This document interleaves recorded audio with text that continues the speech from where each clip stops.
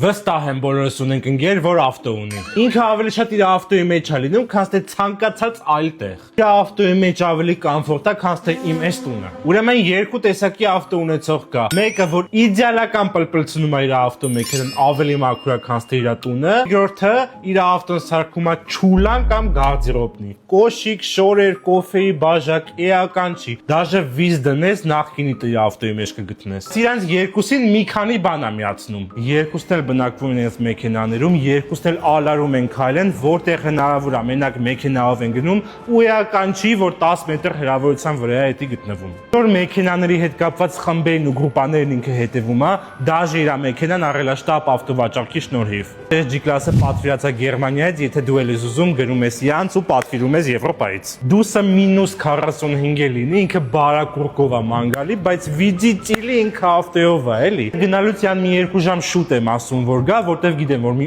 80 ժամ էլ պարկովքի տեղա մանգալու, որ իր ավտոյի կողքով դաժե փոշի չանցնի։ Ու ասեմ, բացի վաճառելուց կարաս պատվիրես ԱՄՆ-ից ու Եվրոպայից, ոբշեմ գնում ես իրանց Instagram-յան էջին, բոլոր մանրամասները քեզ կասեն։ Այն որ նայում ես իր ավտոյի տեսքին, սիրուն մաքուր ակուրատնի, հետո նայում ես իր վրա, այն որ ասում ես, «Явնի գողացել է այս ավտոն»։ Явնի ինքը չի կարա այս ավտոն քշի։